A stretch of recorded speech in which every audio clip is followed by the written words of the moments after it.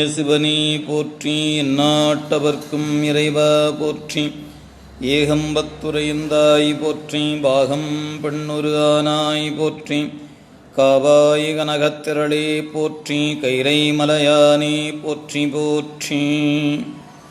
அரைசனே என்பர்க்கடியனேனுடைய அப்பனே ஆவியோடு ஆக்கை புரை புரை கணிய புகுந்து நின்றுருக்கி பொய்யிருள் கடிந்தமைச் சுடரே திரைபெறா மன்னும் அமுதத்தன் கடலே திருப்பெருந்துரை உரை சிவனே உரை உணர்விறந்து நின்று உணர்வதோர் உணர்வே யான் உன்னை உரைக்குமாறு உணர்த்தே.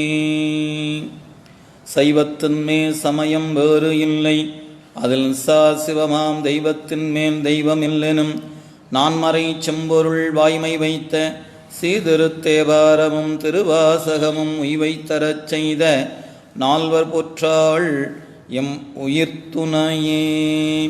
கல்லார் நிழல் மலை வில்லார் அருளிய பொல்லார் இணை மலர் நல்லார் புனைவரே.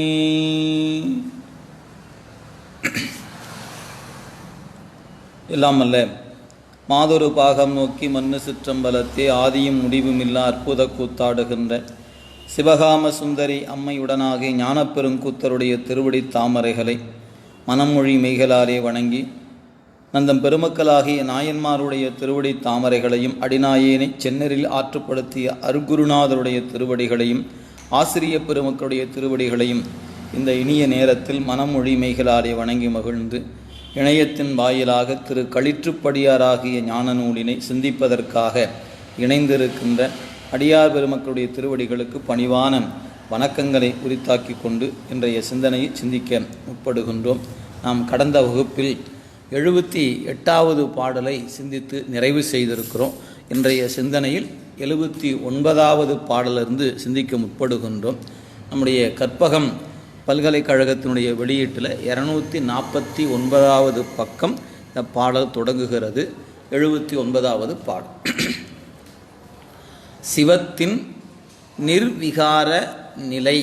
இந்த நிர்விகாரம் என்றால் வேறுபாடு, நிர்விகார நிலை அப்படின்னா வேறுபாடற்ற நிலை என்பது பாடலுடைய தலைப்பாக இருக்கிறது.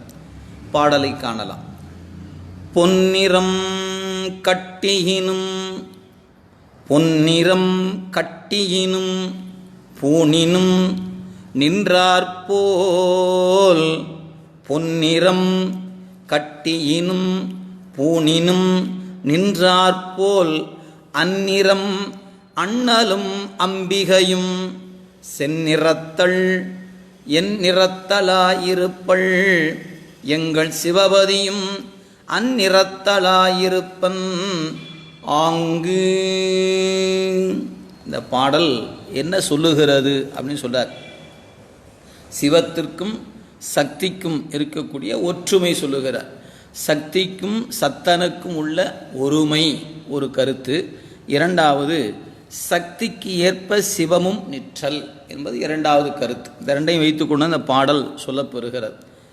பொன் செந்நிறம் உள்ளது, நயப்புடையது, பத்தரை மாற்று தரம் உள்ளது, பொன்னாகவே கட்டியாகவே இருக்கும்போது இந்த நிலைகளை அதன்பால் காண்கிறோம். நம்ம தங்க கட்டி என்று சொல்லக்கூடிய வண்ணமாக பொன் என்று சொல்லப்பெறுகிற அந்த தங்கம் செந்நிறம் உடையதாக, அதாவது பொன் என்பது செந்நிறம் உடையதாகவும் நயப்பு உடையதாகவும் மாசு இல்லாததாக, அதான் பத்திரை மாற்று என்று சொல்கிறோம். நாம் சொல்லும்போதே பத்திரை மாற்று தங்கம் என்று சொல் வழக்கு கூட இன்றும் உண்டு. யாரேனும் ஒருவருடைய குணத்தை பற்றி கேட்டோம் என்று சொன்னால் அவர் குணத்தில் பத்திரை மாற்று தங்கம் என்று சொல்வது உண்டு. அதனால் இங்கே அந்த சொல்லாட்சியை இங்கே பயன்படுத்துகிறார். எனவே பத்திரை மாற்று தரம் என்று சொல்லக்கூடிய தரம் இன்றைக்கி அந்த பொன்னினுடைய தன்மையை சொல்லப்பெறுகிறது. எனவே அது பொன்னாக இருந்தாலும் கட்டியாக இருந்தாலும் இந்த நிலை இருக்கிறது. அந்த பொற்கட்டி ஆபரணமாக மாறுகிறது. இப்போ பொற்கொல்லர் அதை ஆபரணமாக மாற்றுகிறார். அங்கனம் மாறிய போதும் முற்கூறிய அப்பொன்னே ஆவதால் அதன் மதிப்புக்கு காரணமான உட்பண்புகளாகிய மாற்று நிற மாதியவை அவ்வாறே மாற்றமின்றி நிற்கும். எனவே இப்போ தங்கத்தால் செய்யப்பட்ட அணிகலன் தங்கத்தின் நிறத்தையே கொண்டு இருக்கிறது அன்றி இது தங்கத்தால் செய்யப்பட்டது, ஆனால் நிறம் தங்கத்தின் நிறம் அல்ல என்று நாம் எங்கும் காண்பதில்லை. எனவே அதனால் அந்த உட்பண்பாகிய மாற்று நிறம் ஆதி, நிறமாதி என்பது நிறமாதி அவ்வாறே மாற்றமின்றி நிற்கும். இங்கனமே சக்தியானது யாதொரு ரூபமாக பிரபஞ்ச காரியமாக காணப்படினும் சிவமும் அதற்கு ஏற்றவாறு மாற்றமின்றி நிற்பன். அதாவது இறைவியினுடைய கோலம் எதுவோ அதுபோல இறைவனும் நிற்பன் என்பது. இது எங்கே இருக்கிறது அப்படின்னா சிவஞான சித்தியார் என்ற நூலில் நம்முடைய ஆசிரியர் சொல்வார், எத்திரம் நின்றான் ஈசன் அத்திரம் அவளும் நிற்பள் என்பது சிவஞான சித்தியார். ஆனால் இங்கே ஆசிரியர் இங்கே என்ன காட்டுகிறார், அம்மை எந்த வண்ணம் நிற்கிறாளோ அது வண்ணம் இறைவனும் இருப்பான். எப்படி சொன்னாலும் ரெண்டும் ஒன்று தான். இறைவனை இருக்கக்கூடிய வடிவத்துக்கேற்ப இறைவி இருப்பாள் என்று சொல்லலாம், இறைவிக்கேற்ப இறைவன் இருக்கிறான் என்று சொல்லலாம். ஏன்னா ரெண்டும் ஒன்று தான் என்பதனால அதான் சொல்றார், சக்தியானது யாதொரு ரூபமாக பிரபஞ்ச காரியமாக காணப்படினும். நம்ம ரொம்ப எளிமையாக சொல்லணும்னா, இறைவன் வேடனாக வருகிற பொழுது உமையம்மை வேடிச்சியாக வருவார். இறைவன் உழவனாக வந்தால் அம்மை உழத்தியாக வருவாங்க. இறைவன் ஒரு குயவனாக வந்தால் அம்மை ஒரு குயத்தியாக வருவாள். ஏன், இறைவனுடைய வடிவம் எதுவோ அதற்கு ஏற்றாற் போல வருவாளே அன்றி இறைவனுடைய வடிவத்தினுடைய கோலம் வேறு, அம்மையினுடைய கோலம் வேறு என்று வேறு வேறாக வருதல் என்பது சிவத்துக்கும் சக்திக்கும் இல்லை அப்படிங்கிறதான் சொல்றார்.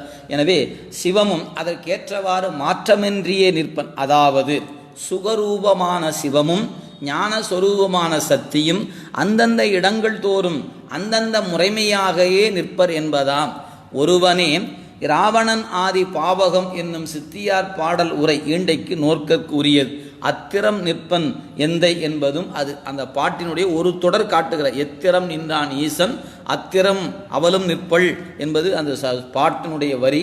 அல்ல அத்திரம் நிற்பன் எந்தை என்பதும் அதுவே என்று இங்கு எடுத்து காட்டுகிறார். கட்டி பொன்னின் இயல்பும் நிறமும் அதனால் செய்யப்பட்ட வகை வகையான அணிகலனும் யாவற்றிலும் மாற்றமின்றி அப்படியே இருக்கும். தங்கத்தின் இயல்பு கட்டியாக இருக்கும்போது என்ன இயல்போ அதுவே ஆபரணமாக அது ஆகின்ற பொழுதும் அந்த இயல்பு மாறாமல் இருக்க வேண்டும். அப்படி மாறிச்சுன்னா அது தங்க ஆபரணம் என்பது இல்லாமல் போயிடும். அதனால் அதை சொல்ல மாற்றமின்றி அப்படியே இருக்கும். அதுபோலவே சிவமும் சக்தியும் எதுபோல பொன்னும் அணிகலனும் போல வேறுபாடற்று விளங்கும். ஏன், அதுதான் திருநின்ற செம்மையானாகிய சிவபெருமானின் ஆற்றலே வடிவாக சிவசக்தி எங்கு எப்படி எந்நிறத்தாய் இருக்குமோ அங்கு அப்படி அந்நிறத்தனாய் எங்கள் இறைவனாம் சிவபெருமானும் நிற்பன். இதுதாங்க சிவத்துக்கும் சக்திக்கும் உள்ள தொடர்பு. நம்ம உலகியில் நீங்கள் நிறைய பேர்த்த பார்க்கலாம். ஒரு உதாரணத்துக்காக சொல்லுகிறோம். ஒரு கணவன் மனைவி இருக்கிறார்கள் சொன்னால் அந்த இருவருடைய அந்த ஆடை வகையிலேயே ஒருத்தர் ரொம்ப எளிமையாக இருக்குன்னு நினைப்பார். அவருக்கு அமைந்திருக்கிற துணை நலம் என்பவர்கள் அப்படிலாம் இருக்க முடியாது, நான் இப்படி தான் இருப்பேன் அப்படின்னு இருப்பாங்க. இவர் ரொம்ப ஆடம்பரமாக இருப்பார், அந்த மனைவி ரொம்ப எளிமையாக இருப்பாங்க. இப்படி இருவருடைய கருத்தும் வடிவமும் ஒத்திருத்தல் என்பது அரிதிலும் அரிதிலும் அரிது. இதுதான் நீங்கள் உலக நடையில். ஆனால் இறைவனும் இறைவியும் அப்படி இருப்பாங்களா? அப்படி இருந்தால் அந்த உலக இயக்கமே ஒன்றும் இல்லாமல் போயிடும். அவன் என்ன கருதுகிறானோ அதற்கு ஏற்ற இயக்கத்தை வெளிப்படுத்துவது சக்தி. எனவே சிவம் எண்ணமாக இருக்குமானால் சக்தி அது செயலாக நிற்பது. என எண்ணினால்தான் செயல் வரும், எண்ணமே இல்லாத ஒரு செயல் இல்லை. எனவே அந்த சிவத்துக்கும் சக்திக்கும் இருக்கிற தொடர்பு என்பது பின்னி பிணைந்திருப்பது, ஒன்றை விட்டு ஒன்று நிற்பது அல்ல, ஒன்றோடு ஒன்று இயந்து நிற்பது தான் என்பதை இங்கு சொல்லுகிறார். சக்திக்கும் சிவத்துக்கும் இயல்பிலும் மாறுபாடு இல்லை, இருப்பும் மாறுபடாது. சக்தியை தனியே வழிபடும் கொள்கை சைவ சமயத்துக்கு ஏற்புடையது அன்று. நாம் எங்கே இறைவனை கும்பிடுகிறோமோ அங்கே இறைவியும் இருக்கிறாள். இறைவனை விடுத்து இறைவியை மட்டும் தனியாக கும்பிடுகிற வழிபாடு சைவத்தில் இல்லை. ஏன், அப்படி ஒரு கால் நீங்கள் அதை அப்படி செய்வீர்களானால் அது சைவ வழிபாடல்ல, சாக்தம் என்று அதற்கு பெயர். எனவே முருகனை முதன்மையாக கொண்டா கௌமாரம் என்று பெயர், விநாயகனை முழுமையாக கொண்டா கணபதீச்சரமாகிய நிலையில் அந்த விநாயகருடைய வழிபாட்டுக்கு காணாபத்தியம் என்று பெயராகிறது. சூரியனை முதன்மையாக கொள்கிற பொழுது சௌராஷ்டிரம் என்று அது பெயர் பெறுகிறது. சக்தியை முதன்மையாக கொள்கின்ற பொழுது அது சாக்தம் என்று பெயர் பெறுகிறது. திருமாலை முதன்மையாக கொள்கிற பொழுது வைணவம் என்று பெயர் பெறுகிறது. சிவத்தை முதன்மையாக கொள்கின்ற பொழுது அது சைவம் என்று சொல்லப்பெறுகிறது. திருமூல நாயனார் சைவம் என்றாலே சிவ சம்பந்தமானது என்று அருளி இருக்கிறார். அந்த தொடரை இந்த இடத்துல நினைவில் வைத்துக் கொள்ளலாம். எனவே சைவம் அப்படின்னு அந்த சொல்லே சிவ சம்பந்தம் என்று பெயர். எனவே அந்த வகையில் சக்திக்கும் சிவத்துக்கும் இயல்பும் மாறுபாடு இல்லை, இருப்பும் மாறுபடாது. சக்தியை தனியே வழிபடும் கொள்கை சைவ சமயத்துக்கு ஏற்புடையது அன்று. அவ்வாறே சக்தியை விடுத்து சிவத்தை மட்டும் வழிபடுவதும் சைவ சமயம் ஏற்காது. ஏன்னா ரெண்டும் ஒன்றாக இருப்பது தான். சிவலிங்கத்திலேயே சக்தியும் இருக்கிறது. எங்கெல்லாம் வடிவமாக நீங்கள் எந்த வடிவமும் சக்தி தாங்க. அந்த வடிவத்தை இடமாக கொண்டு அருள் பாலிப்பது தான் சிவம். நீங்கள் சிவலிங்க திருமேனி என்பது சிவத்துக்கான வடிவம் அல்ல, அது சக்தியின் வடிவம். அந்த சக்தி வடிவத்திலிருந்து சிவம் அருள் பாலிக்கிறது. எனவே நமக்கு எங்கும் என் நிலையிலும் சிவம்தான் அருள் செய்யும். ஆனால் அந்த சிவம் அருள் செய்வதற்கு இடமாக இருப்பது எதுவோ அது சக்தி. எனவே நம்ம பொதுவாக நம்ம ஆலய வழிபாட்டுக்குள்ளே வரும்போது ஒரு திருமேனி வைக்கும்போது ஆதார பீடம் என்று வைப்போம். அதுதான் சக்தியாக இருக்கும். அதற்கு மேலே அந்த வடிவம் இருக்கும். எனவே ரெண்டாக அது மாதிரி சிவலிங்கம் என்பதே சக்தி வடிவம்தான். ஏன் அந்த அருள் என்பது தான் இறைவனுக்கு வடிவம். இறைவனுக்கு வடிவம் எதுனா அருளே அவனுக்கு வடிவம். எனவே அந்த அருளின் வடிவமாக இருப்பது தான் சிவலிங்கம் என்பது. எனவே நீங்கள் சிவலிங்கத்தை கும்பிட்டாலும் அதில் சிவமும் இருக்கிறது, சக்தியும் இருக்கிறது. அம்மையை கும்பிடுவீர்கள் என்று சொன்னால் அந்த வடிவம்தான் அம்மையின் வடிவமாக இருக்கும். ஆனால் அருள் பாலிப்பது என்ன? சிவம்தான். எனவே இரண்டும் பிரிப்பின்றி நிற்பதே அன்றி இது தனித்தனியாக நிற்பதல்ல. நாம் புராணம் கதைகள் என்று படிப்பதனால சிவத்தை தனியாக சக்தியை தனியாகவும் பார்த்து கொண்டு இருக்கிறோம். உண்மையிலேயே எங்கு சிவம் வழிபாடுக்குரியதாக இருக்கிறதோ அங்கு சக்தியும் உடன் இருக்கிறது. சக்தியை வழிபடும் பொழுது சிவம் உடன் இருக்கிறது. அதான் இருக்குதுன்னு சொல்லிட்டீங்களே, அப்புறம் ஏன் நாங்கள் சக்தியை கும்பிட்டா நீங்கள் அதுக்கு சாக்தன்னு பேர் வைக்கிறீங்கன்னு கேட்டால் நீங்கள் சிவத்தை ஏற்காததனால. ஆக யார் ஒருவர் சித்தாந்த கோட்பாட்டை நன்கு உள்வாங்கி கொண்டு காணுகிற இடத்தெல்லாம் சிவம் சக்தியுமாக இருக்கிற இந்த உண்மையை உணர்கிறாரோ அவருக்கு இந்த சிக்கல் இல்லை. இந்த உண்மையை உணராதவர் சக்தியே எல்லாம் தரும், சிவத்துக்கு வேலை இல்லை அப்படின்னு கருதும் போது தான் அது சாக்தமாக பெயர் பெறுகிறது. நீங்கள் சிவசக்தியோடு கூடியது என்று கருதினால் அங்கு இடர்பாடு இல்லை. அதான் சொல்றார். எனவே தோலும் துகிலும் குழையும் சுருள் தோடும் பால் வெள்ளை நீரும் பசுஞ்சாந்தும் சூலமும் தொக்க வளையும் உடை தொன்மை கோலமே நோக்கி குடிந்துதாய் கோத்தும்பி என்பது சைவ சமயத்தவர் வழிபடும் திருக்கோலமாகும் என்று எடுத்து காட்டியிருக்கிறார். எனவே அம்மையப்பர் அம்மையப்பர் அம்மையப்பர் இந்த நூல் தொடங்கும் போதே அம்மையப்பரே உலகுக்கு அம்மையப்பர் என்று அறிக என்று கொடுத்திருக்கிறார். பொன்னினும் மாற்றும் சொல்ல பொன்னின் மாற்றும் நிறமும் அதனால் செய்யப்பட்ட அணிகலனிடத்தும் மாறாயிருப்பது போல கட்டி பொன்னாகிய சிவபெருமானும் அணிகலனாகிய திருவருண். இப்போ என்ன பண்ணிட்டார் ஆசிரியர்? எது தங்க கட்டியோ அது சிவம், அதனால் செய்யப்பட்ட ஆபரணம் எதுவோ அது சக்தி. எனவே சிவ கட்டியில் இருக்கக்கூடிய குணம் ஆபரணத்திலும் இருக்கும். அதான் சொல்றார். எனவே அணிகலனாகிய திருவருளும் தமக்குள் வேறுபாடு அற்று திகழும். இப்பாடலில் செந்நிறத்தாலாகிய அன்னை எந்நிறத்தாள் எங்கள் சிவபதியும் அந்நிறத்தனாய் இருப்பன் என்று இத்தன்மை அம்மையின் மீது வைத்து கூறப்பட்டது. எத்திரம் நின்றால் ஈசன் அத்தினம் அவளும் நிற்பள் என்பது சித்தியார். அங்கே இறைவனை வைத்து இறைவியை காட்டினார்கள், இங்கே இறைவியை சொல்லி இறைவனை காட்டியிருக்கிறார்கள் என்பதை நினைவு கொள்ளலாம். எனவே இறைவனும் இறைவியும் பிரிப்பின்றி இருப்பவர்கள். அவன் எவ்வண்ணமோ அவ்வாறு அவளும் இருப்பாள் என்பதை இந்த வரிகள் நமக்கு உணர்த்துகின்றன. இனி அடுத்த பாட்டுக்கு போகலாம். 80வது பாடல். சிவ சொரூபங்கள். சிவத்துக்கு சொரூபம் என்று சொன்னால் இலக்கணம் என்று பெயர். அதில் சிறப்பு என்பது சிவஸ்வரூபம் என்று சொல்லுங்க. சொரூப இலக்கணம் என்றாலே உண்மை இலக்கணம் என்றும் சிறப்பு இலக்கணம் என்றுமாக சொல்லப்பெறுவது. நீங்கள் சைவ சித்தாந்த கலை சொல்லாக சொன்னால் சிவத்தின் இலக்கணம்.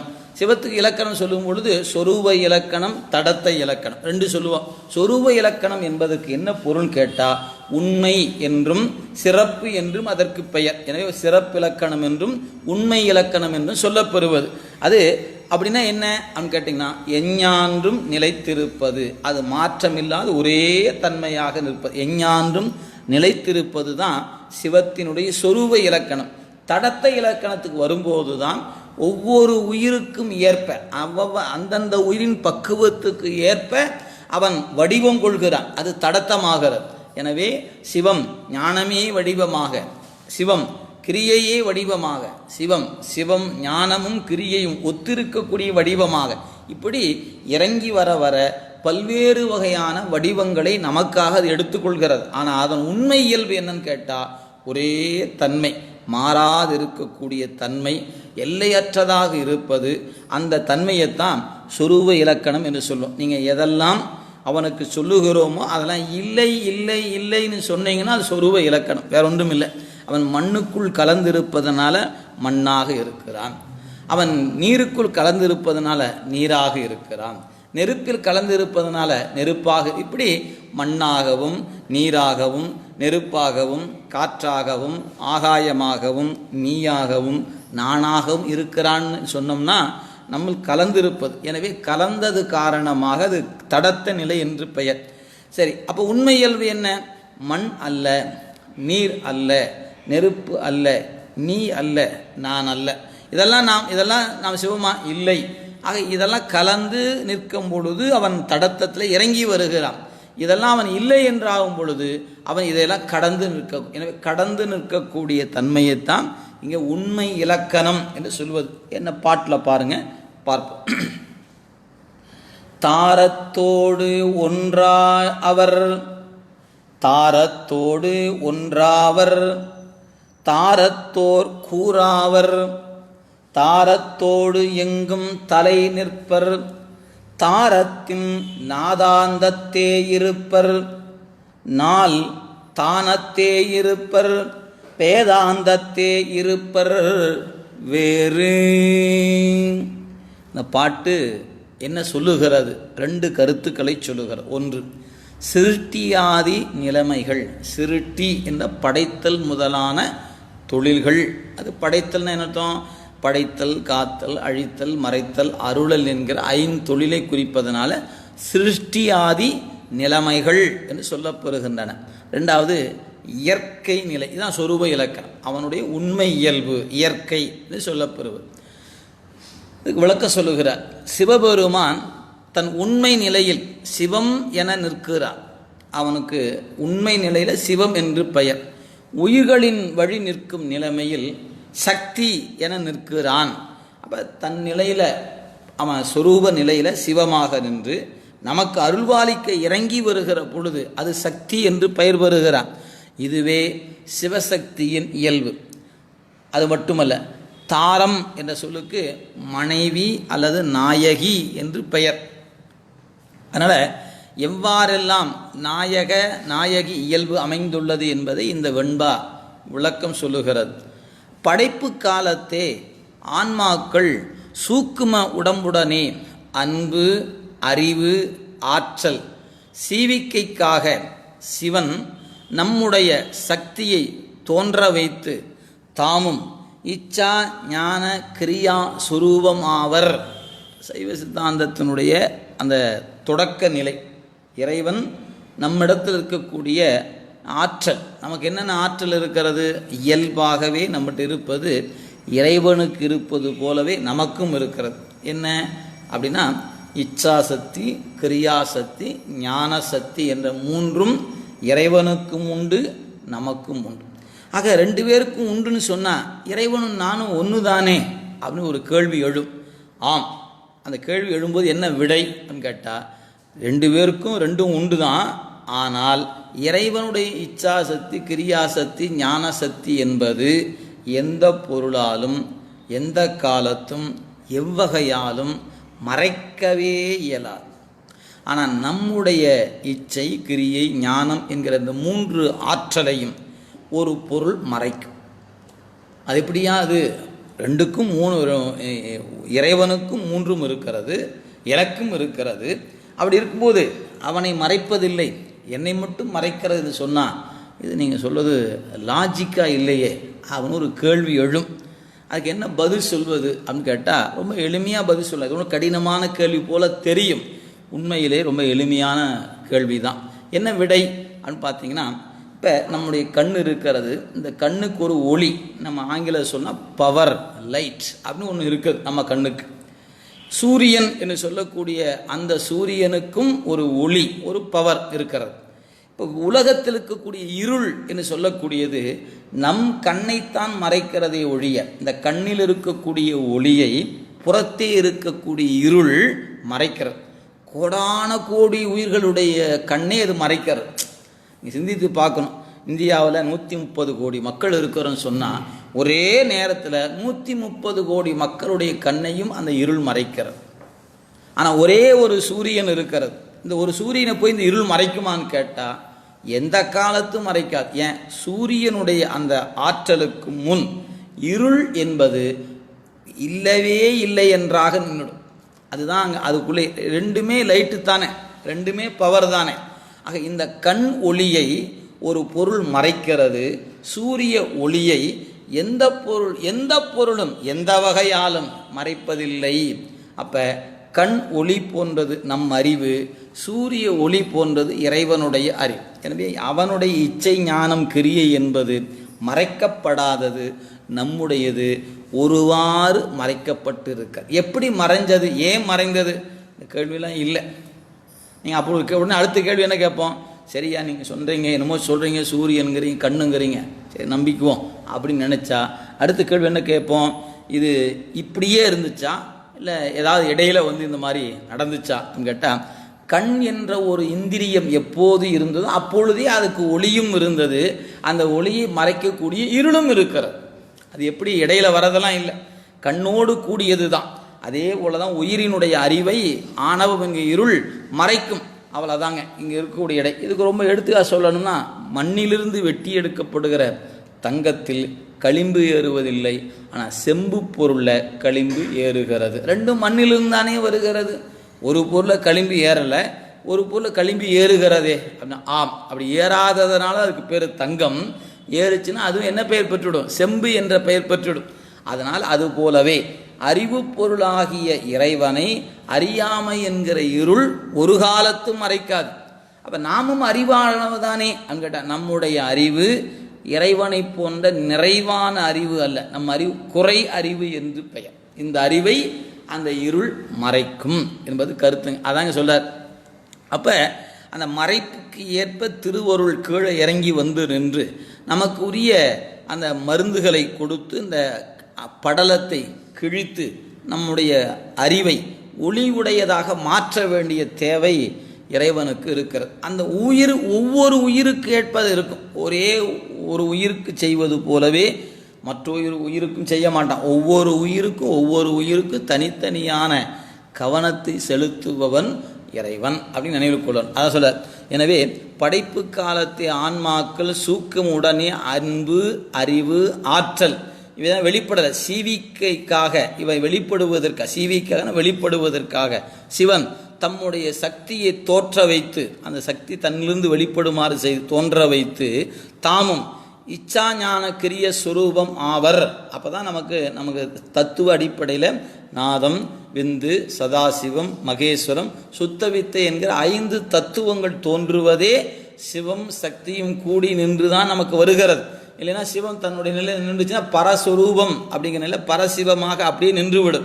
சக்தி வெளிப்படாமல் சக்தியும் தன்னுள் ஒடுக்கி கொண்டு தான் மட்டுமாக நின்று விடுவான் என்று சொன்னார்.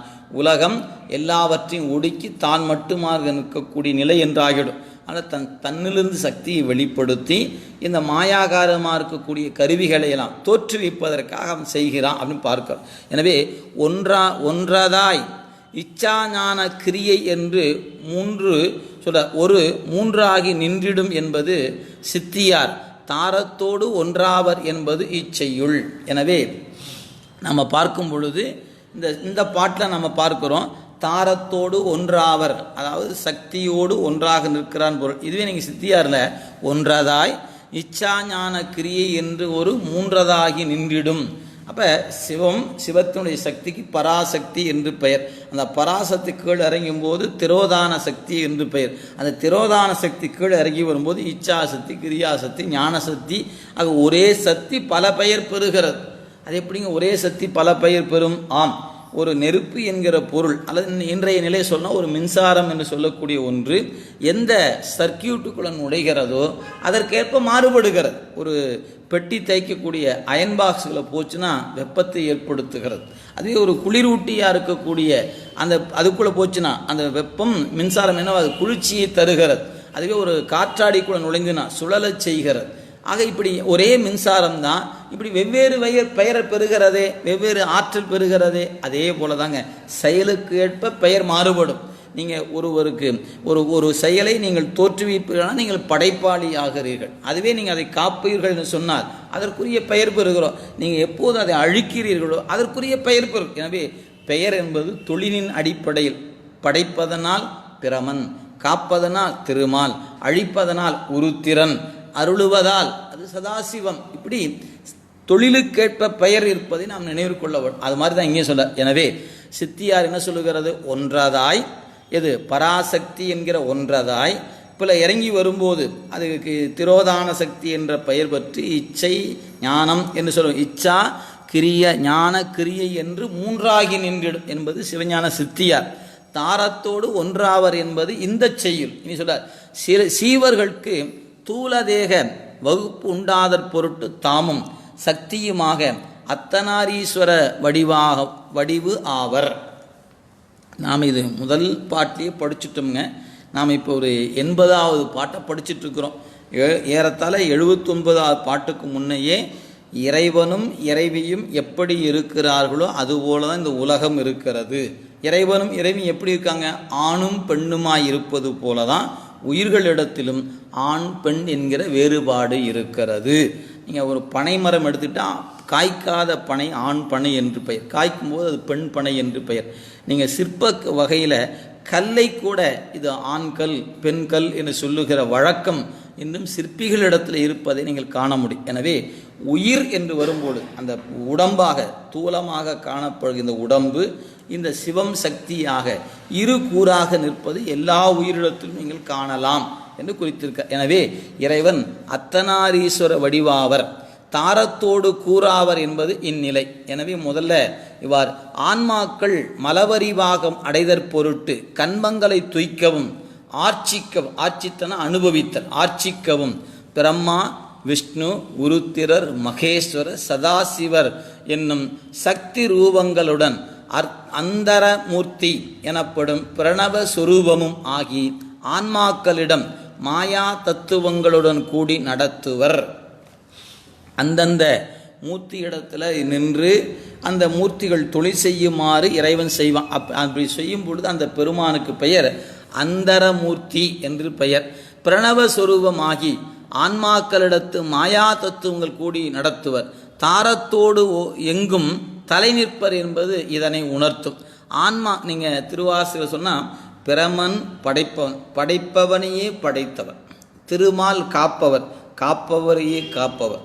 அழிப்பவர் உருத்திரர், அவரையே அழிப்பவர். அப்போ சிவபெருமான் யார் அப்படின்னு கேட்டால் படைப்போன் படைக்கும் பழையோன், காப்போன் காக்கும் கடவுள், கருத்துடை கடவுள். எப்படி கரப்புடை கருதா கருத்துடை கடவுள். எனவே படைப்புக்குரிய பிரமனை படைப்பவன், காத்தலுக்குரிய திருமாலை காப்பவன், அழித்தலுக்குரிய உருத்திரனை அழிப்பவன். அவன் தாங்க நாம் வணங்குகிற சிவபெருமான். நாம் சிவபெருமானை நாம் நிறைய பேர் நினச்சிப்போம் அழித்தல் கடவுள், அவர் சுடுகாட்டில் இருப்பார், அவர் அழிச்சிருவார். இதைத்தான் திரும்பி திரும்பி நினச்சிட்டு இருக்கிறோம். அந்த மூர்த்தி அழித்தலை மட்டுமே செய்வார். அவருக்கு பெயர் தான் உருத்திரர் என்று பெயர்.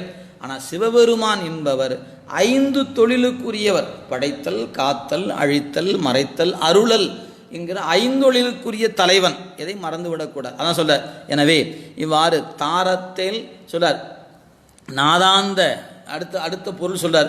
எனவே தாரத்தோடு எங்கும் தலை நிற்பர் என்று இதனை உணர்த்தும். ஆன்மாக்களையும் தத்துவங்களையும் பிரிக்கும் பொருட்டு மகாமாயா சக்தி என்று சொல்லப்படுகின்ற நாதாந்த திருவிகாரத்தும் நிற்பர். இந்த பாட்டில் தாரத்தோடு ஒன்றாவர், தாரத்தோடு கூறாவர், தாரத்தோடு எங்கும் தலை 3 பார்த்துட்டோம். இப்போ 4வதாக தாரத்தின் நாதாந்தத்தே இருப்பர் அப்படிங்கிற வகையில் சொல்கிற இவ்வாறு விகாரத்தும் நிற்பர், தாரத்தில் நாதாந்தத்தே இருப்பர் என்பர். இதனை மேற்கூறியவற்றை அறியாமல் துணையாம் தன்மையில் வேண்டி மேற்கொள்ளப்பட்ட இச்சை ஞானம் கிரியைகளுக்கு அப்பாலதான தானம் எனப்படும் திரோதான சக்தியிலும் இருப்பர். இப்போ நம்ம இச்சை கிரியை ஞானம் 3 பார்த்தோம். அதுக்கு மேலே இருப்பது திரோதான சக்தி. 4ஆம் தானமாகிய திரோதான சக்தியிலும் இருப்பர். நாத்தானத்தை இருப்பர் என்பது இதுவா. அப்போ சக்தி என்று எடுத்துக்கொண்டால் நீங்கள் சித்தாந்தத்தை படிக்கும்போது அதை சுருக்கமாக சொல்லும்போது முதல்ல பராசக்தி, 2வது திரோதான சக்தி, 3வது இச்சாசக்தி, 4 கிரியாசக்தி, 4 ஞானசக்தி. இப்போ 5ஆ வருகிறது. இதை இன்னும் விரிக்க முடியும். எது இந்த பராசக்தி கீழே இருக்கும் பொழுது அடுத்து கீழே வரும்போது திரோதான சக்தி என்று சொல்லுகிறோம் இல்லைங்களா. அப்போ இந்த சக்திகள் மேலும் மேலும் விரிந்து விரிந்து வரும்போது ஏன் படைப்புக்குரிய பிரமனோடு கூடி நிற்கும் போது படைப்புக்குரிய சக்தியாக நிற்கும். காத்தலுக்குரிய திருமால்கிட்ட வரும்போது காத்தலுக்குரிய இதுக்கெல்லாம் தனித்தனி பெயர்கள் உண்டு. நான் இந்த இடத்துல சொல்லலை, முன்னையே நம்ம பார்த்துருக்கோம். எனவே ஒவ்வொரு தொழிலுக்குரிய சக்தி இருக்கிறது. அப்போ ஒரே சக்தி தான் அந்தந்த தொழிலுக்கேற்ப பல பெயர் பெற்று நிற்கும் அப்படின்னு சொல்லப்பட்டது. அதான் சொல்றார். எனவே சொல்றார் நாதாந்தத்தை, எனவே நாத்தானத்தை இருப்பர் என்பது இதுவா. இவைகளுக்கு அனுகிரகம் செய்ய வேண்டி வேதத்தின் முடிந்த பொருள் எனப்படும் பராசக்தியிலே இருப்பர். அப்போ இச்சாசக்தி, கிரியாசக்தி, ஞானசக்தி என 3ஆவும் இருப்பர். அந்த 3க்கு மேலே இருப்பது திரோதான சக்தி. அந்த திரோதானமாகிய மறைப்பு சக்தியிலும் இருப்பர். மறைப்பு சக்திக்கு மேலாக இருப்பது பராசக்தி, அதிலும் இருப்பர். இதனால் இதனை கூறுவது வேதாந்தத்தை இருப்பர் வேறு என்ற இடம். இதனால் பராசக்தி, திரோதான சக்தி, இச்சாசக்தி, ஞானசக்தி, கிரியாசக்தி என 5 சக்திகள் இறைவனுக்கு உண்டு என்பது பெறப்படும். இவற்றுள் பராசக்தி ஒன்றே சொரூபம், ஏனைய 4ம் சக்தி பேதங்களும் ஏனைய 4ம் அவற்றின் பேத சக்திகளும் தடத்தம், அது இறங்கி வந்த நிலை. எனவே தடத்தம்.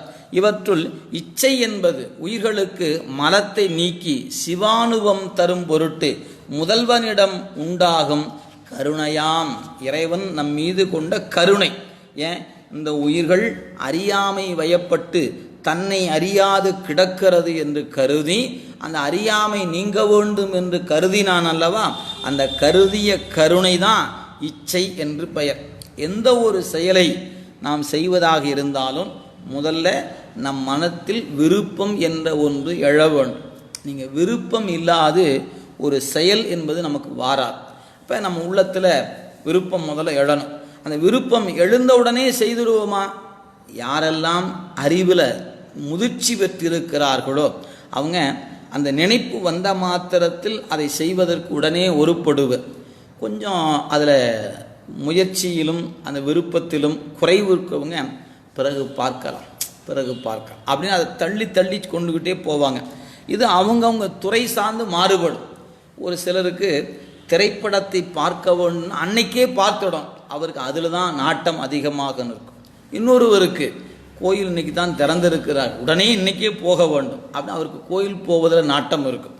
இப்படி அந்த நாட்டம் என்பது எல்லாருக்கும் ஒரே போல இருப்பதில்லை, ஒவ்வொருத்தருக்கும் ஒவ்வொரு வகையில். சிலருக்கு உணவு வகையில் பிடித்திருக்கும். இன்றைக்கி ஏதோ புதிய இதை உன்னை பார்த்தேன், இன்றைக்கி போய் முதல்ல சாப்பிடணும் அப்படின்னு நினைப்பார். இப்படி ஒவ்வொருவருக்கும் ஒவ்வொரு வகையில், எல்லாருக்கும் ஒரே துறையில் நாட்டம் வராது. நாட்டம் வேறு வேறு வகைப்படுகிறது.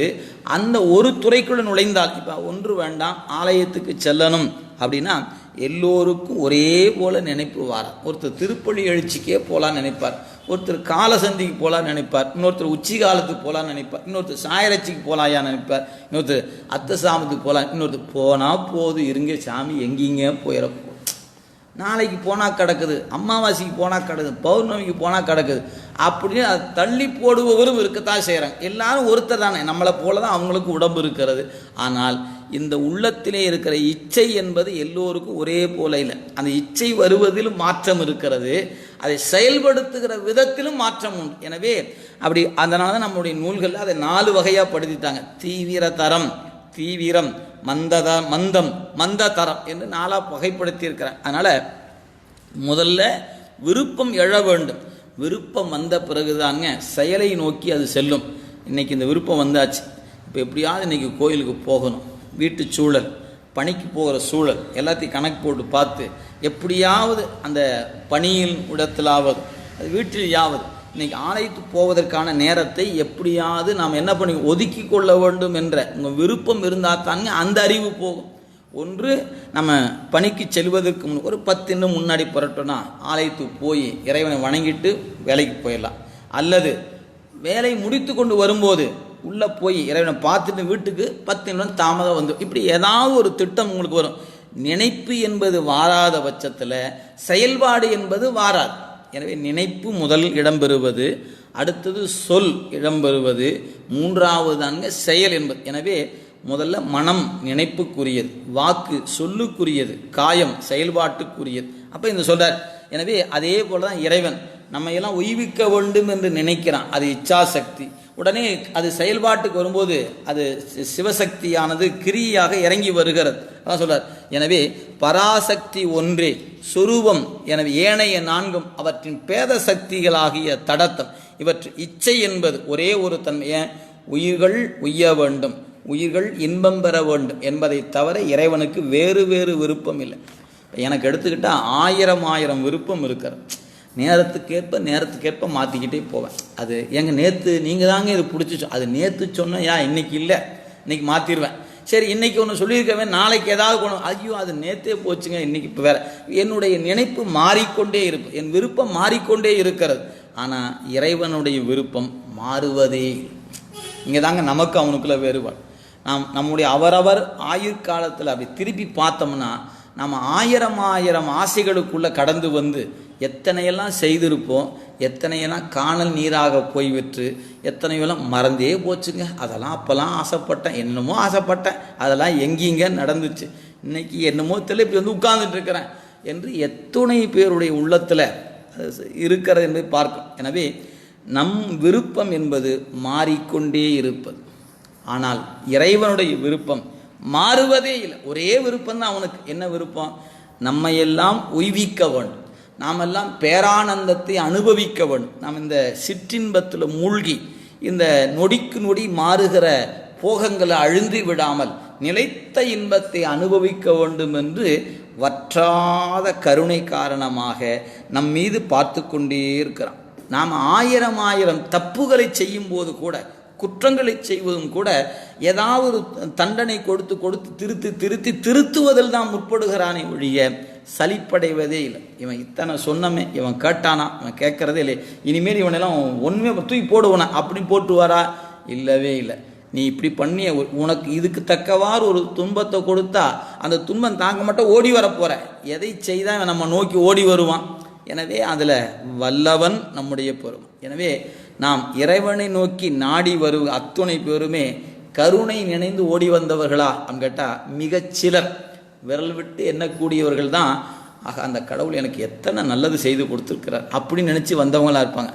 பெரும்பாலானவர்கள் அதை ஏயா கேட்குற, இந்த சாமி என்னை போட்டு இப்படி பாடாப்படுத்திருச்சு என்று ஏதாவது ஒரு வகையில், கிரகங்கள் என்னை பாடுபடுத்தி விட்டன, இந்த மனிதர்கள் என்னை இப்படி பாடுபடுத்திட்டாங்க, மனிதன் நன்றியே கிடையாது அந்த உலகத்தில், இப்படி 1000 வேதனைகளையும் வருத்தங்களையும் சுமந்து கொண்டு எங்காவது வந்து உளுந்தா போதும் இப்போ சிவபெருமான்ட்ட வந்து சேர்ந்துருப்போம். இதெல்லாம் ஒழுங்காக இருந்ததுன்னா சிவபெருமானுக்கு டாட்டா காட்டிட்டு, இல்லையா பிஸியாக இருக்கிறேன் ப்ளீஸ் அப்புறம் பார்க்குறேன்ட்டு போயிட்டே இருந்திருப்போம்.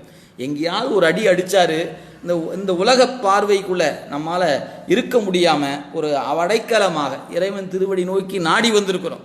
நாம் பல பேர், சில பேர் தான் இல்லையா அந்த சாமி என் மீது கருணை உடையவன், அவன் என்னை ஈர்த்து ஆட்கொண்டு இருக்கிறான், அன்பு காரணமாக நான் திருவடிக்கு வந்திருக்கிறேன் என்று சொல்பவர்கள் மிக மிக மிக குறைவு. அந்த அளவீடு என்பது நமக்கு தெரியாது. எத்துணை இன்னைக்கு மக்கள் தொகையில் எத்துணை சதவீதம் இருப்பவர்கள் கருணை காரணமாக, அன்பு காரணமாக, இறைவன் எனக்கு இதை செய்து கொடுத்திருக்கிறான் ஐயா, இதை எண்ணி பார்த்தா என் தகுதிக்கு மேல் எனக்கு இதை செய்து கொடுத்திருக்கிறான், எனவே அவனுக்கு நான் என்ன செய்ய முடியும், நன்றி செலுத்துவதை தவிர ஒன்றுமில்லை என்ற உணர்வோடு வருபவர்கள் மிக மிக குறைவாகவே இருக்கிறோம். நீங்கள் திருநீர் பூசி அடியவராக இருந்தாலுமே அதுதான் பட்டியல். ஆனால் இதில் வேடம் கடந்து நிற்கக்கூடிய மக்கள் இதுக்கே இந்த நிலைமை தான், அவங்களுக்கு சொல்ல வேண்டியது இல்லை. எனவே அந்த வகையில் இச்சை என்பது இறைவனுக்கு மாற்றமே இல்லாதது. எனவே உயிர்களுக்கு மலத்தை நீக்கி சிவானுபவம் தரும் பொருட்டு முதல்விடன் உண்டாகும் கருணையாகும். அடுத்து சிவப்பேராகி அதற்கு செய்ய வேண்டிய உபாயங்களை எல்லாம் முதல்வன் விரும்பி அறிதல் ஞான சக்தி எனப்படும். இப்போ யாரை எந்த வகையாக தன்பால் ஈர்ப்பது, சில பேருக்கு கொடுத்து ஈர்க்கணுங்க, சில பேர்த்துக்கு அந்த காலை எடுத்துருவார், கொடுத்து ஈர்ப்பது போல கெடுத்து ஈர்த்தா தான் வருவான். எனவே சில பேருக்கு கொடுத்து தன்பால் ஈர்ப்பது, சில பேருக்கு இவனுக்கு கொடுத்தோம்னா வரமாட்டான், எடுத்தா தான் ஏன் வருவான் என்று இரண்டும் செய்வார். எப்போ கொடுப்பார்னு தெரியாது, எப்போ எடுப்பார்னு தெரியாது. ஆனால் கொடுப்பதற்கும் எடுப்பதற்கும் அவனுக்கு முழு உரிமையும் இருக்கிறது. நமக்கு எந்த ரைட்ஸுமே கிடையாது. நாம் நினச்சிக்கலாம் எனக்கெல்லாம் உரிமை இருக்குது, நான் அப்படி உண்மையை ஆராய்ந்து பார்த்தால் நமக்கு எந்த உரிமையும் இல்லை. எனவே நம்மை ஆற்றுப்படுத்துவது எவ்வாறு என்று அறிகிறான் பாருங்க, அதுதான் ஞான சக்தி. நாம் உய்ய வேண்டும் என்று நினைந்தது இச்சா சக்தி. அதற்கேற்ப இன்ன செய்தால் இவன் நம்பால் வருவான் என்று நம்மை நோக்கி கருணை காட்டுகிறான் பாருங்க, அது ஞான சக்தி ஆயிற்று. அதற்கு ஏற்ப செயல்பாட்டுக்கு இறங்கி வரும்போது அவன் வடிவம் தாங்கி வராமல் அது கிரியாசக்தி. அதான் சொல்றார். எனவே அருளின் வேர் அல்லாதது, எனவே கிரியாசக்தி. இதனால் அறிந்த அவற்றை அறிந்தவாறே முதல்வன் சங்கற்பித்து செயல்படுத்தும் கிரியை ஆம் என்ப. எனவே பராசக்தி அது கீழே இறங்கி வரும்போது திரோதான சக்தி, அது கீழே இறங்கி இச்சாசக்தி, கிரியாசக்தி, ஞானசக்தி என்று சக்தி 5 வகைப்படும் என்று இந்த பாட்டில் சொல்லியிருக்கிறார். இனி அடுத்த பாட்டுக்கு செல்லலாம். 81வது பாட்டு. எல்லாமாய் அல்லவுமாய் நிலை. இது நம்ம சிவபுராணம் படிக்கும்போது எல்லாமாய் அல்லதுமாய் அப்படின்னு சொல்லக்கூடிய அந்த வரிகள் நம்முடைய சிவபுராணத்தில் உண்டு. நம்முடைய கல்லாலின் புடை அமர்ந்திருக்கக்கூடிய தென்முக பரமனாக ஆலமர் செல்வராக இருக்கக்கூடிய அவருடைய துதிப்பாடலிலும் அது உண்டு. பாருங்க, ஒன்று உரைத்து ஒன்று உரையா சாத்திரங்கள் ஒன்றாக நின்று உரைத்து நிச்சயிக்க மாட்டார்கள். நிச்சயிக்க மாட்டாவால் ஒன்று உரைத்து ஒன்று உரையா சாத்திரங்கள் ஒன்றாக நின்றுரைத்து நிச்சயிக்க மாட்டாவால் இன்று உரைக்க என்னால் இயன்றிடுமோ என் போல்வார் ஏதேனும் சொன்னால்தான் ஏறுமோ சொல். சிவம் எல்லாமாய் அல்லதுமாய் அப்படி ரெண்டுமா நிற்கும் நிலை இந்த பாட்டு சொல்லுகிறது. ஆசிரியர் என்ன காட்டியிருக்கிறார்? ஒன்று உரைத்தது ஒன்று உரையா சாத்திரங்கள். இதில் நீங்கள் பார்த்தீங்கன்னா தத்துவ அடிப்படையில் நம்முடைய சமய நெறி கொஞ்சம் ஆழமான இடம்.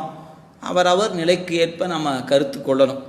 எப்படி கேட்டிங்கன்னா, வேதம் ஆகமம் என்று 2 பொருள், 2 நூல்.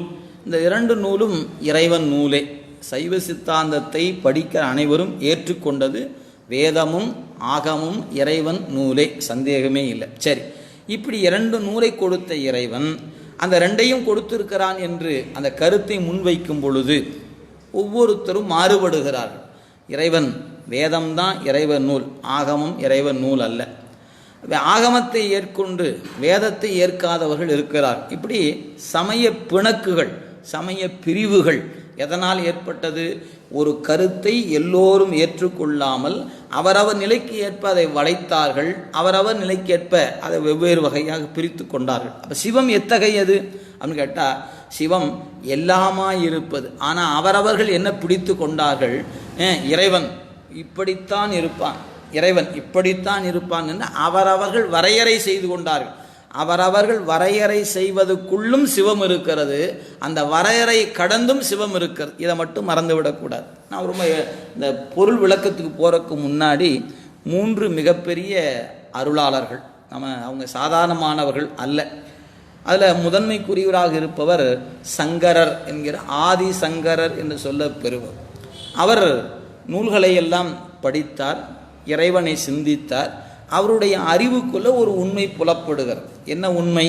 இறைவனுக்கும் நமக்கும் இருக்கிற தொடர்பு எத்தகையது என்று அவர் சிந்தனை செய்து ஆராய்ந்து நூல்கள் வழியாக அல்லது அவருடைய ஆத்ம ஞானம் என்கிற அந்த ஞானத்தினால ஒரு கருத்தை முன்வைக்கிறார். இறைவனும் நாமும் வேறல்ல. இறைவன் தான் நான், நான் தான் இறைவன். எனவே பிரம்மம் என்கிற பொருளும் இந்த ஆன்மா ஜீவன் என்கிற பொருளும் வேறு வேறாக நினைக்க வேண்டாம். பிரம்மம்தான் ஜீவனாக இருக்கிறது, ஜீவன்தான் பிரம்மமாக இருக்கு என்று ஒரு கருத்தை முன்வைக்கிறார். அதற்கு ஒரு எடுத்துக்காட்டும் முன்வைத்தார். இப்போ நாம் முன்ன படித்த பாருங்க, போன பாட்டில் தங்கத்திலிருந்து பல ஆபரணங்களை செய்தால் தங்கமும் ஆபரணமும் கண்ணில் காணுகிற வகையில் வேறு வேறாக இருந்தாலும் ஆபரணங்கள் அனைத்தும் தங்கம்தானே.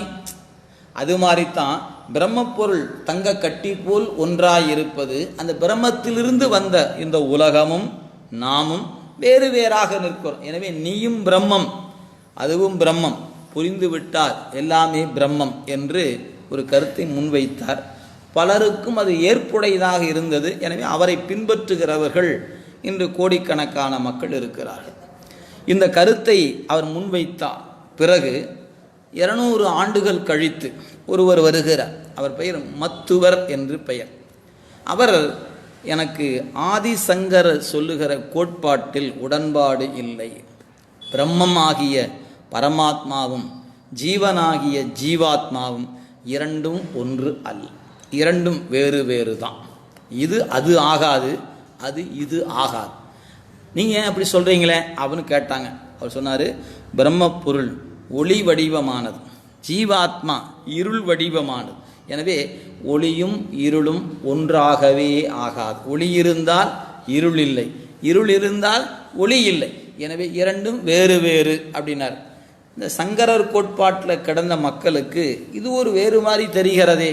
அதில் ஒரு சில பேர் இவர் சொல்வது தான் சரி என்று அவரை பின்பற்ற தொடங்கினார்கள். அதில் பல கோடி மக்கள் அவரை பின்பற்றுகிறார்கள்.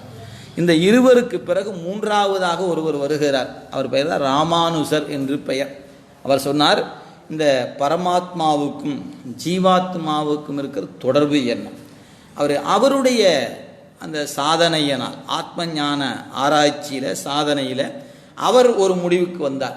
என்ன முடிவுக்கு வருகிறார்? இந்த இருவர் சொல்வதும் உண்மை அல்ல, இருவரிலும் உண்மையும் இருக்கிறது. அதே சமயத்தில் இந்த இரண்டையும் வேறு வகையாக சொல்ல வேண்டும் என்று அவர் சொல்ல வந்தார். அப்படி சொல்லும்போது என்ன சொன்னார்? உயிர் உடம்போடு கூடியிருக்கிற காலத்தில் ஜீவாத்மா என்பது ஒன்று உண்டு, அதுபோல் பரமாத்மா என்ற ஒரு பொருள் உண்டு. ஆக இது வேறு, அது ஆஹா இவர் மத்துவர் சொன்னதையே சொல்லிட்டாரு அப்படின்னு உங்களுக்கு தோன்றும். அதுக்கப்புறம் சொன்னார், உடம்பை விட்டு உயிர் பிரிந்து விடுமானால் அந்த ஜீவாத்மா பரமாத்மாவோடு கூடி பரமாத்மாவே ஆகிவிடும். அப்போ சங்கரர் சொல்வது போல முடிந்த நிலையில் இருக்கிற பொருள் ஒன்றே ஒன்று தான், அது பரமாத்மாவாகிய பரம்பொருளே. இங்கிருந்த ஜீவாத்மா அங்கே போய் என்ன ஆயிற்று? அதுதாங்க பரமாத்மாவா ஆயிற்று என்பது அவருடைய கருத்தாக இருந்தது. இது சிலருக்கு ரொம்ப ஈர்ப்பாக இருந்தது. அவருடைய பின்பற்றுபவர்கள் பல கோடி மக்கள் வந்தாங்க. இன்னைக்கு நம் நாட்டில் அத்வைதம், துவைதம், விசிஷ்டாத்வைதம் என்று 3 பெரும் பிரிவுகள் இருக்கின்றன. இவைதான் உலகத்தின் பார்வையில் இந்தியா என்ற திருநாட்டை நோக்கினால் சமய கோட்பாடு இந்தியா எத்தகைய நிலையில் இருக்கிறது என்று கேட்டால் எல்லோருடைய கண்ணிலும் முதன்மையாக இடம்பெறுவர் ஆதிசங்கரர். அவருக்கு அடுத்து கொஞ்சம் பார்த்தீங்கன்னா மத்துவர், அதன் பிறகு ராமானுசர். இந்த மூவர் சொன்னது தான் பெரும்பாலான மக்கள், அதாவது இந்திய திருநாட்டில் இருக்க மக்களும் அதைத்தான் பெரும்பாலும் பின்பற்றுகிறார்கள். வெளிநாட்டிலிருந்து காண்பவர்களும் இந்தியா என்ற நாட்டின் சமய கோட்பாடு என்னன்னு சொன்னால் இந்த மூவர் கோட்பாட்டை வைத்து காட்டி இதுதான் இந்திய நாட்டினுடைய சமய கொள்கை என்று காட்டுகிறார். உண்மையிலேயே இது உண்மையா என்று ஆராய்ந்தா ஒருவாறு உண்மையே அன்றி முற்றிலும் உண்மை அல்ல. பிறகு உண்மை எது அப்படின்னு கேட்டால் இவர்களுக்கெல்லாம் பிறகு 13ஆம் நூற்றாண்டில் அவதாரம் செய்த மெய்கண்ட தேவநாயனார் திருவெண்ணைநல்லூரில் இருந்து சிவஞான போதம் என்ற நூலை கொடுத்தார் பாருங்க. அந்த நூலில்தான் இவர்கள் மூவருடைய கருத்துக்கும் மாற்று கருத்தை சொல்லி அதே சமயத்தில் 3ம் வெவ்வேறாக, அவர் சங்கரர் ஒன்றாய் மட்டும் இருக்கிறது என்று சொன்னார், மத்துவர் வேறாய் மட்டும் இருக்கிறது என்று சொன்னார், ராமானுசர் உடனாய் மட்டும் இருக்கிறது என்று சொல்ல 3ஐயும் உள்ளடக்கி ஒன்றாயும் வேறாயும் உடனாயும் நிற்பது சிவத்துக்கும் உயிருக்கும் உலகத்தும் இருக்கிற தொடர்பு என்று அறுதியிட்டு சொன்னவர் மெய்கண்ட தேவநாயனார். ஆனால் இந்த மெய்கண்ட தேவநாயனார் பலாயிரம் கோடி மக்கள் பின்பற்றுவராக இல்லை. சங்கரருக்கு கோடிக்கணக்கான பின்பற்றுவர் இருக்கிறார்கள், மத்துவருக்கு கோடிக்கணக்கான மக்கள் இருக்கிறார்கள், அதே சமயத்தில் ராமானுஜருக்கு கோடிக்கணக்கான மக்கள் இருக்கிறார்கள். ஆனால் நீங்கள் மெய்கண்டார்னு சொன்னால் லட்சக்கணக்கானவர் கூட இல்லை, ஆயிரக்கணக்கான பேர் தான் இன்றைக்கி சொல்லலாம். அந்த அளவுக்கு தான் இவருடைய கோட்பாடு மக்களிடத்தில் சென்றடைந்திருக்கிறது என்பது வருந்தத்தக்க ஒன்று. இது ஆழமாக சிந்திச்சு பார்த்தீங்கன்னா இந்த உண்மை முழுமையாக தமிழகம் முழுக்க சென்றடையில். அப்புறம் தானே தமிழகம் தாண்டி அப்புறம் இந்திய திருநாட்டில் போய் அது இந்திய மாநிலங்களுக்கெல்லாம் போய் சென்றடைந்து அப்புறம் உலகமெங்கும் போவது. நீங்கள் இங்கேயே தாண்டாத போது எங்கெங்கே தாண்டி போகிறது நம் கண்முன் இருக்கக்கூடிய நிலை இது இந்த பாட்டுக்குள்ளே இருக்கிறது. பாட்டில் என்ன சொல்ல வந்திருக்கிறாங்கன்னா, இறைவன் எல்லாமாய் நிற்கக்கூடியவன். இப்போ சங்கர சொல்லக்கூடிய ஒன்றாயும் இருப்பார், அதுபோல் மத்துவ சொல்ல மாதிரி வேறாயும் இருப்பார், ராமானு சொல்லும்போது உடனாயும் இருப்பார். அப்போ தான் எல்லாம் சரியாத்தானே போச்சு, நீங்கள் பிரச்சனை கலப்புறீங்க அவங்க கேள்வி கேட்கலாம். அங்கே தான் சிந்திக்க வேண்டும். இறைவன் எல்லாமாய் நிற்கிறான் என்கிற பொழுது சரிதான், ஆனால் இப்படித்தான் இருப்பான்னு சொன்னால் தான் சிக்கல். நீங்கள் சங்கர சொல் ஒன்றாய் மட்டுமே இறைவனுக்கு நமக்கு இருக்க தொடர்புன்னு சொன்னால் தான் தப்பு, வேறாய் மட்டுமே என்று சொன்னால் தான் தப்பு, அதே போல் உடனாய் மட்டுமே என்று சொன்னால் தப்பு. ஆனால் இறைவனுக்கு நமக்கு இருக்க தொடர்பு ஒன்றாயும் வேறாயும் உடனாயும் என்று சொல்லப்பட்டதனால இந்த உண்மை இன்னும் பல மக்களுக்கு சென்றடையவில்லை. இதுதான் நமக்கு இருக்கக்கூடிய தமிழ் சைவ சித்தாந்த கோட்பாடு. இன்னும் தமிழகத்திலேயே சென்றடையல, அப்புறம் போய் உலகளாவிய நிலையில் சென்றடைவது என்பது பிறகு பார்க்கக்கூடிய ஒன்று. எனவே இது போன்ற செய்தியை கேட்பவருக்கு புதுமையாக இருக்கலாம். இது ஏதோ சொன்னதெல்லாம் மாற்றி மாற்றி சொல்வது போல தோற்றம் தரலாம். எனவே நம்முடைய சமய நெறியில் எல்லோருக்கும் இடம் கொடுத்திருக்கிறோம். கடவுள் இல்லை என்று சொல்பவருக்கும் சைவ சித்தாந்தம் இடம் கொடுத்திருக்கிறது. அப்போ நீங்கள் இவங்களுக்கெல்லாம் இடம் உண்டா? சங்கரருக்கும் இடம் உண்டு, மாத்துவருக்கும் இடம் உண்டு, எல்லாருக்கும். ஏன் நீங்கள் இந்த 36 தத்துவத்தில் எத்துணை தத்துவத்தை ஏற்கிறீர்களோ அத்துணை பேருக்கு அதில் இடம் உண்டு. நீங்கள் 36ஐயுமே ஏற்கவில்லை என்று சொன்னால் தான் நம்ம கோட்பாட்டில் வெளியே இருப்பவர். அப்படி யாருமே இல்லை. எனவே நிலம், நீர், நெருப்பு, காற்று, ஆகாயம் என்கிற 5 பூதத்தில் 5ஐ ஏற்பவர் உண்டு, 4ஐ ஏற்பவர் உண்டு. ஆனால் இந்த 4 5மே இல்லை என்று சொல்பவர் உலகத்தில் யாருமே இல்லை. எனவே அந்த கோட்பாட்டின் அடிப்படையில் இது விளங்கக்கூடிய ஒன்றுங்க. இந்த பாட்டு உரையில் சொல்லப்படுவதை நான் வாசித்து காட்டி விடுகிறேன்.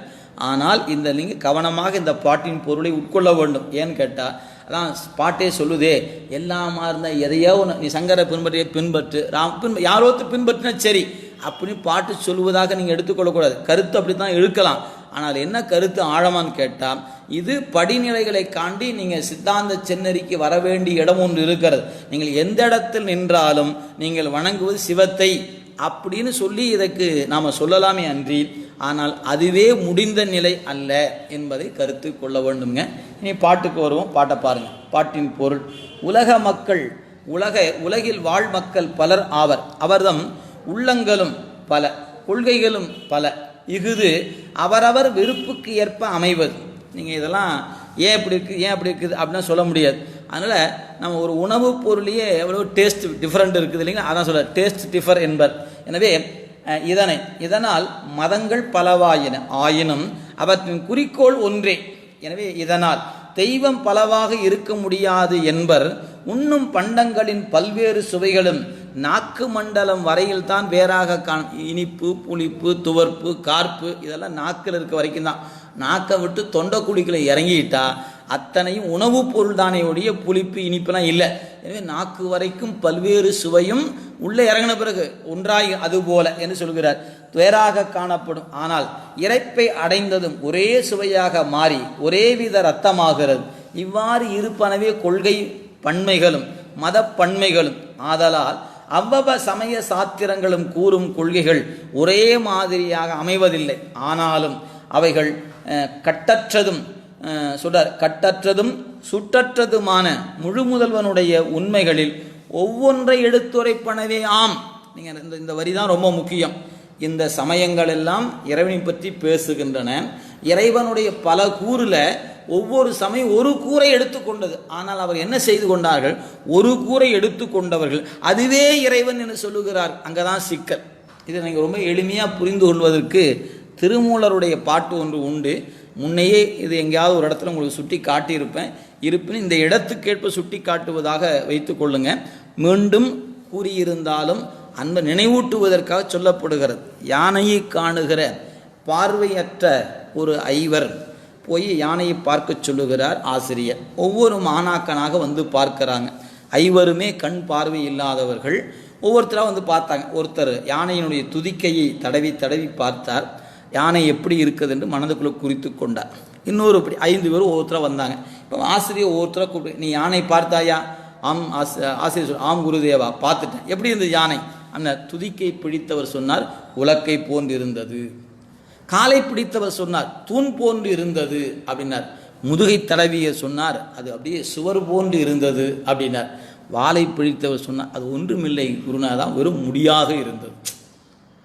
இப்படி ஆளாளுக்கு. காதை பிடித்தவர் சொன்னார், முரம்போன்று இருந்தது அப்படின்ட்டார். இப்போ யானை முரம்போன்று இருந்ததா, தூண் போன்று இருந்ததா, அல்லது உலக்கை போன்று இருந்ததா, சுவர் போன்று இருந்ததா, அல்லது வெறும் முடியாக இருந்ததா அப்படின்னு கேட்டால் அத்தனையும் உண்மைதான். ஆனால் அவங்கவுங்க என்ன நினச்சிட்டாங்க? கண் பார்வையற்றிருக்கு ஒருவர் கருதினார் யானை உலக்கை போன்றுதான் இருக்கும். அதுதான் தப்பு. உலக்கை போன்று அதன் துதிக்கை இருக்கும், தூண் போன்று அதன் கால் இருக்கும், முரம் போன்று அதன் காது இருக்கும், முதுகு அதன் உடம்பு என்பது சுவர் போன்று இருக்கும், உடல் முழுக்க முடி இருக்கும். இப்படி எல்லாத்தையும் உள்ளடக்கி சொன்னீங்கன்னா யானையின் முழுமையும் சொல்லுகிறீர்கள் என்று பொருள். ஆனால் இப்போ எடுத்துக்கொண்டு என்ன பண்ணிட்டாங்க? ஒன்னொன்ன பிடிச்சிக்கிட்டு இதைத்தாங்க சமய அறிஞர்கள் சொல்லுகிறார். பரம்பொருளாகி சிவத்தை அறிய முற்பட்டவர்கள் ஒவ்வொரு கூறு எடுத்துக்கொண்டார்கள். அந்த ஒரு கூறுவே சிவம் என்று கருதி விட்டார். அங்கதான் சிக்கல் இது. அதனால்தான் சங்கரர் இவங்க போன்றவர்களை ஒன்றொன்றே இறைவனும் நாமும் ஒன்றாய் மட்டுமே இருக்கிறோம், அவர் வேறாய் மட்டுமே இருக்கிறோம், அவர் உடனாய் மட்டுமே. நம்ம சித்தாந்தம் அதல்ல, ஒன்றாயும் உடனாயும் வேறாயும் நிற்றலே. அப்போ இவங்க சொன்னது பொய் சொன்னாங்களா, உண்மை சொன்னாங்க? ஒருவாறு உண்மை சொல்லியிருக்கிறார்கள், முற்றிலும் உண்மை சொல்லவில்லை.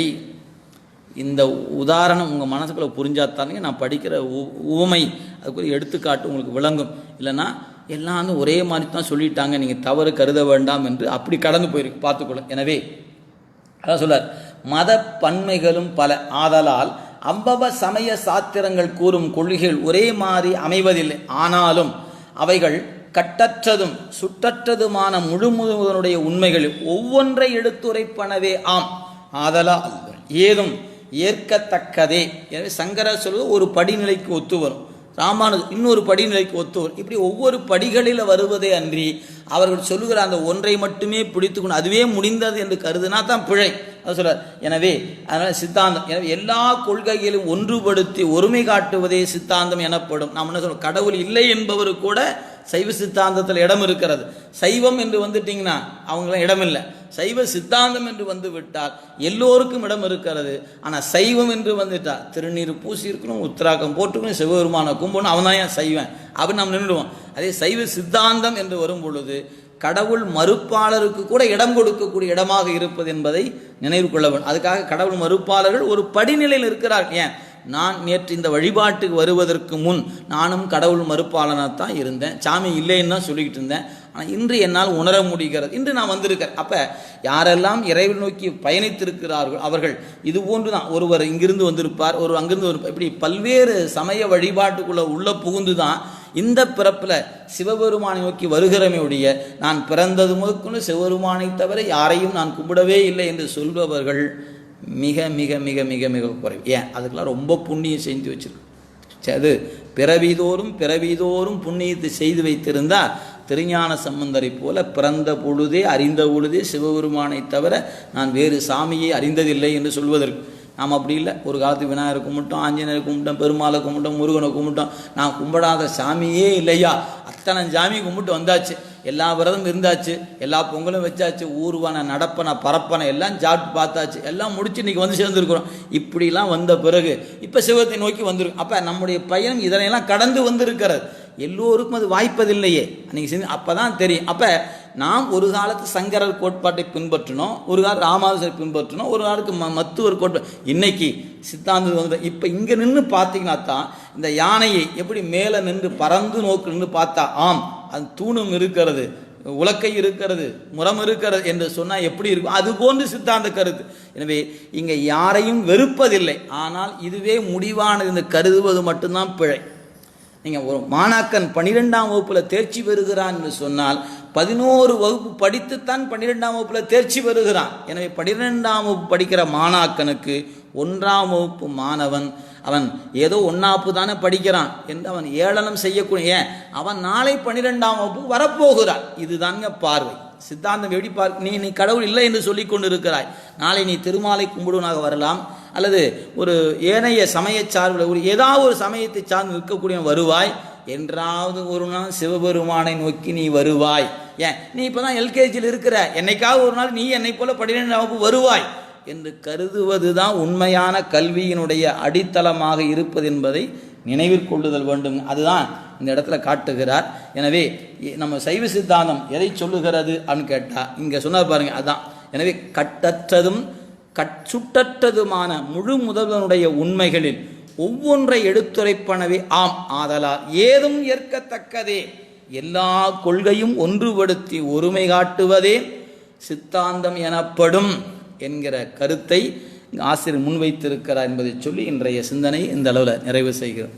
என்றும் இன்பம் பெருகும் இயல்பினால் ஒன்று காதலித்து உள்ளமும் ஓங்கிட மன்றுளார் அடியார் அவர் வான் புகழ் நின்றது எங்கும் நிலவி உலகெலாம் வான்முகில் வழாது பெய்க மலிபலம் சுரக்க மன்னன் கோன்முறை அரசு செய்க குறைவிலாத உயிர்கள் வாழ்க நான் மறையரங்கள் ஒங்க நல் தவம் வேள்வி மல்க மென்மைகுள் சைவ நீதி விளங்குக உலகமெல்லாம் மேன்மைகுள் சைவ நீதி விளங்குக உலகமெல்லாம் மேன்மைகுள் சைவ நீதி விளங்குக உலகமெல்லாம். தென்னானுடைய சிவனி போற்றி, நாட்டவர்க்கும் இறைவா போற்றி, ஏகம்பத்துரையந்தாய் போற்றி, பாகம்பெண்ணுரு ஆனாய் போற்றி, காவாய் கனகத்திரளே போற்றி, வேலை மலையானி போற்றி போற்றி. திருச்சிற்றம்பலம்.